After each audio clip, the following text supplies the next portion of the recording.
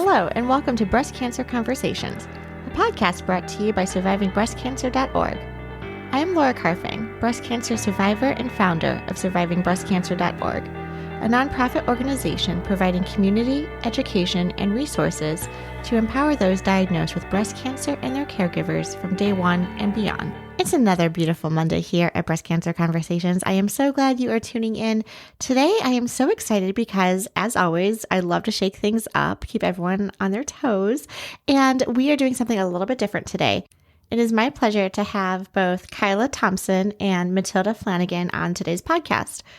Kyla spearheads our Pink Kids program. As someone who lost her mother to metastatic breast cancer, she is committed to providing education, community, and support resources to those who have a parent who's been diagnosed or lost a parent to metastatic disease. It is also my pleasure to have Matilda on today's podcast. She is no stranger to SurvivingBreastCancer.org. Having submitted poetry in the past, you may recognize her name if you subscribe to our Monday newsletters, as her poems do get published pretty regularly.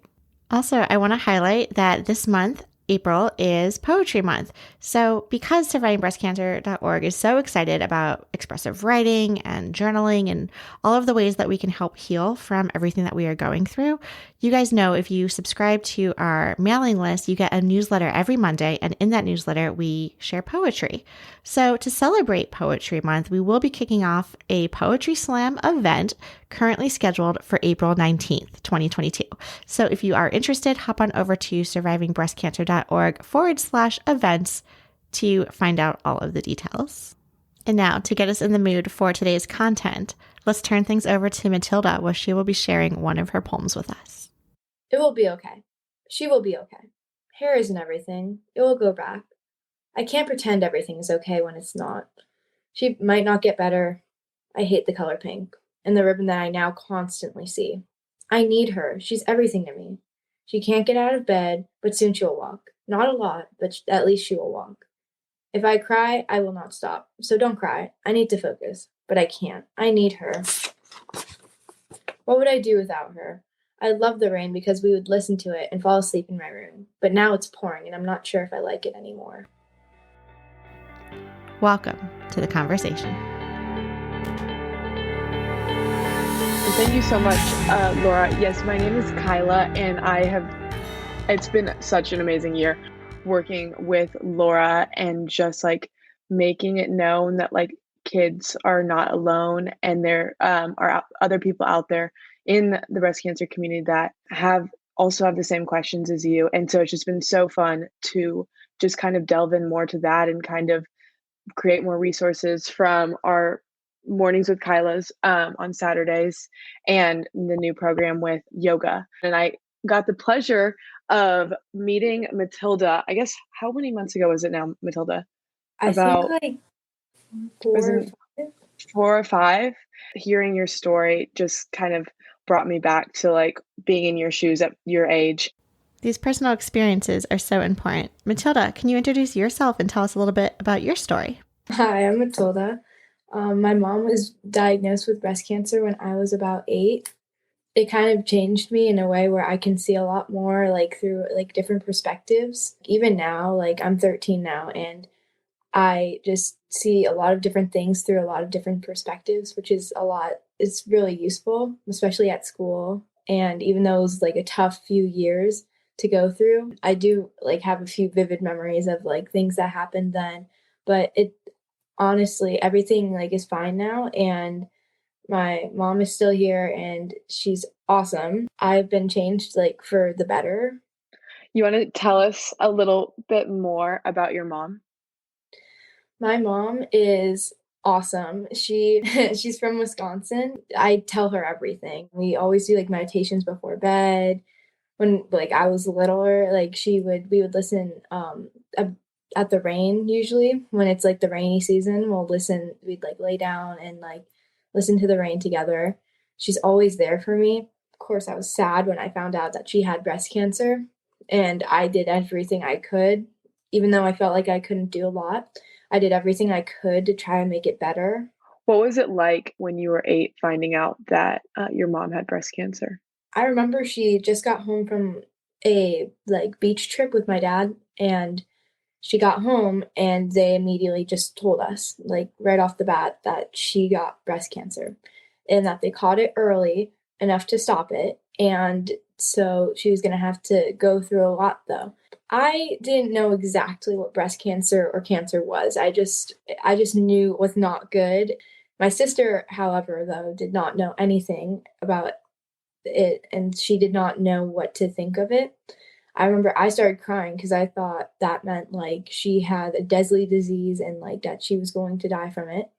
And my grandparents started crying, and my dad started crying, and my sister started crying because everyone else was crying. Just gave my mom a bunch of hugs, and we had movie night that night, and we like had popcorn and all of this stuff, and we all just like had tried to have like the best night of our like to have the best night. That makes so much sense to try and just normalize the situation. What is it that you would have done anyway? Was it a family gathering, watch TV, watch a movie, have popcorn? Exactly. Spend time together. Matilda, you mentioned that, this was all taking place during the summertime, around the summer period. And then October shows up, Breast Cancer Awareness Month. There's pink everywhere. Is there anything special that you and your family did in October? I made my dad come and help me put ribbons on the trees, like on all of our trees. And the ones in the front got cut off after October, but the ones in the back stayed on for a while. And until my mom finished her final chemo and we had a big party inviting everyone that we knew. And we kind of did like a little like symbolism like thing and we cut all of the ribbons off. Did you like that visual representation? Do you think that helped you along the way while your mom was going through breast cancer? Yeah, I just, whenever I was out there, it kind of just became normal. At first, it was a little weird to have like this hot pink ribbon like tied to our tree. And then eventually it just became more normal. It was just like so awesome. Like just cutting off the ribbons, like kind of felt freeing. We weren't going to have to go through that again, hopefully. And that we're probably not going to have to go through like anything like that ever again like that. If you could tell me like more about like how it obviously affected you and your siblings and like types of conversations that y'all had together while your mom was going through her treatments. So when my mom was going through chemotherapy and stuff like that, she was a little sleepier than normal and she usually wouldn't come to my room and put me to bed and read me a book and tell me a story before I went to bed, which is kind of when it started like when I started growing up and didn't need that. So I would usually go to her and bring a book to her room and read to her until she fell asleep. It was kind of like flip-flop. Like I was taking care of her now and I was like always there for her. What's your favorite book that you and your mom have read together?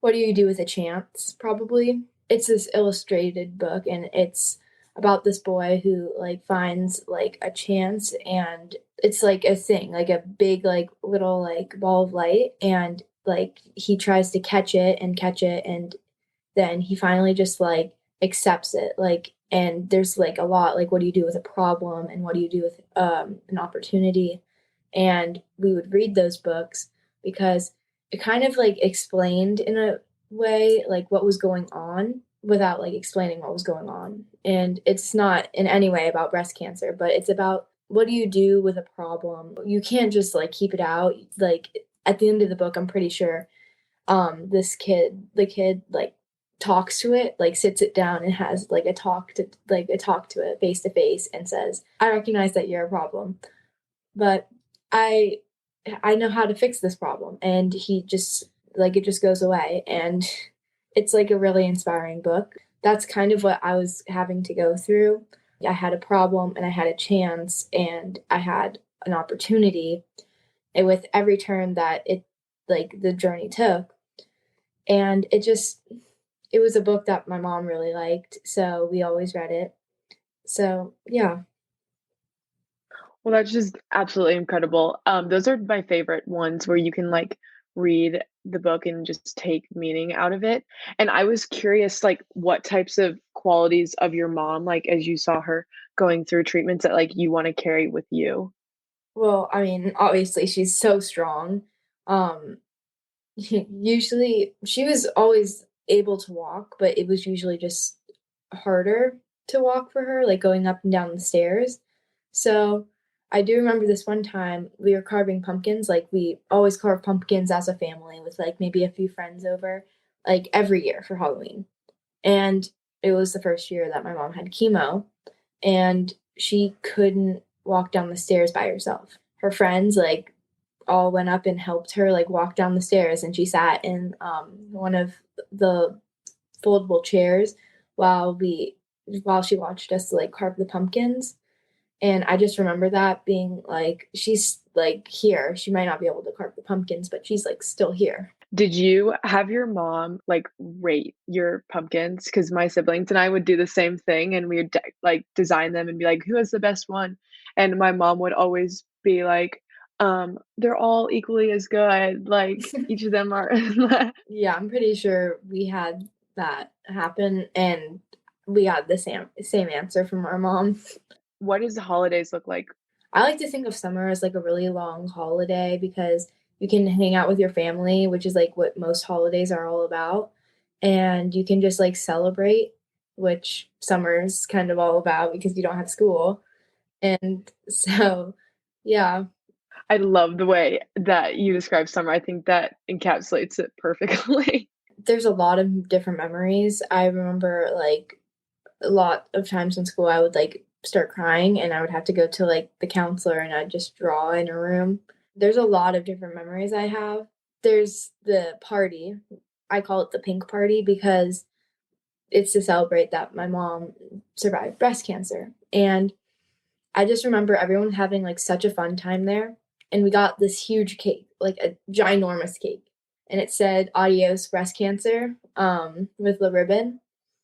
So yeah, it was just like, and I got to like say like something at like the party, like I don't know where we got the microphone or the speakers, but I like said something like, I'm so glad my mom's here and stuff.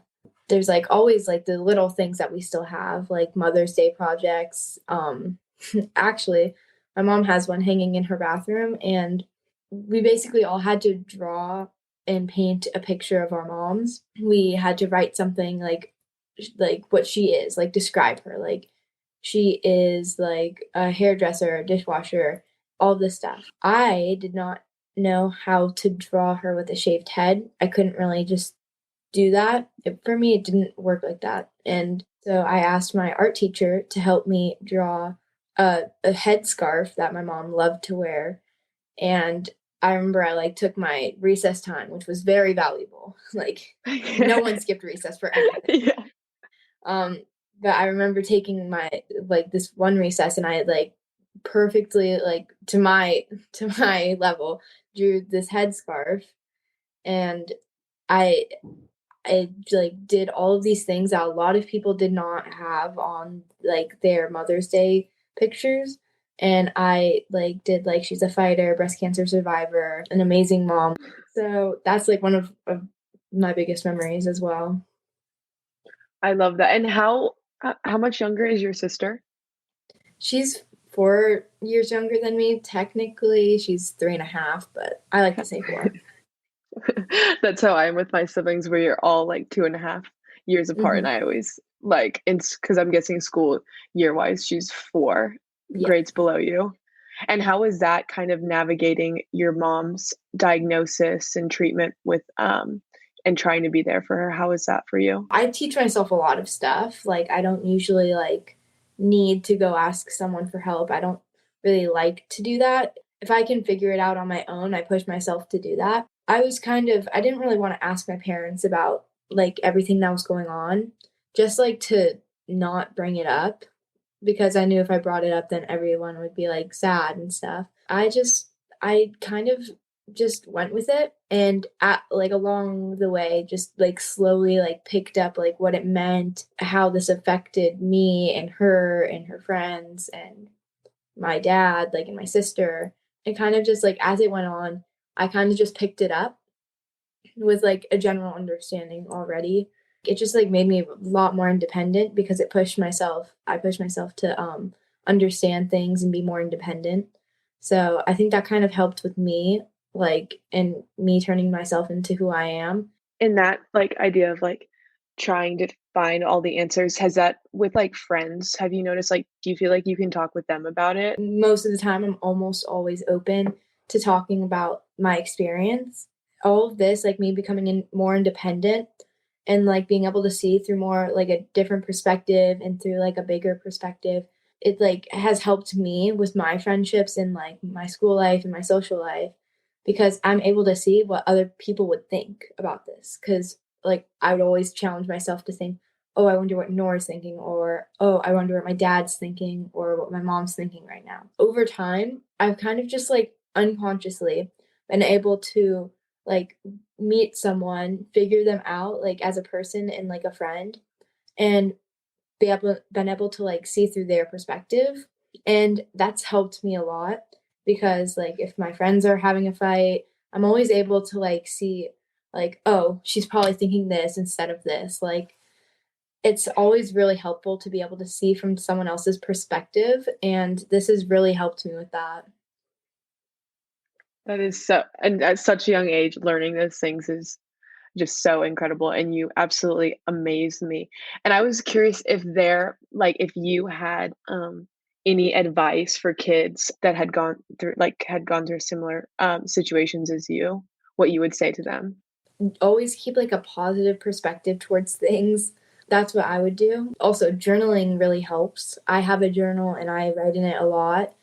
And just like expressing your feelings and realizing them like helps a lot more than just pushing them away. Because do you sometimes feel like it bringing up your mom and, like, her going through, like, breast cancer, like, will make people think that you're sad sometimes? Because that's kind of what I've always struggled with sometimes is I'm like, I don't wanna bring it up because like, I'm not sad right now. Like, I am sad right now, but I don't want everyone to know, and, like Mhm. The people like around you are always like, "Oh my gosh, I'm so sorry about that." Like, "Oh my gosh, is there anything I can do?" Like, "I feel so bad." And yeah. I'm just thinking, "Oh, well, it's over. I mean, it's done with. It's just memories. I don't Yeah. have anything else to worry about." Mhm.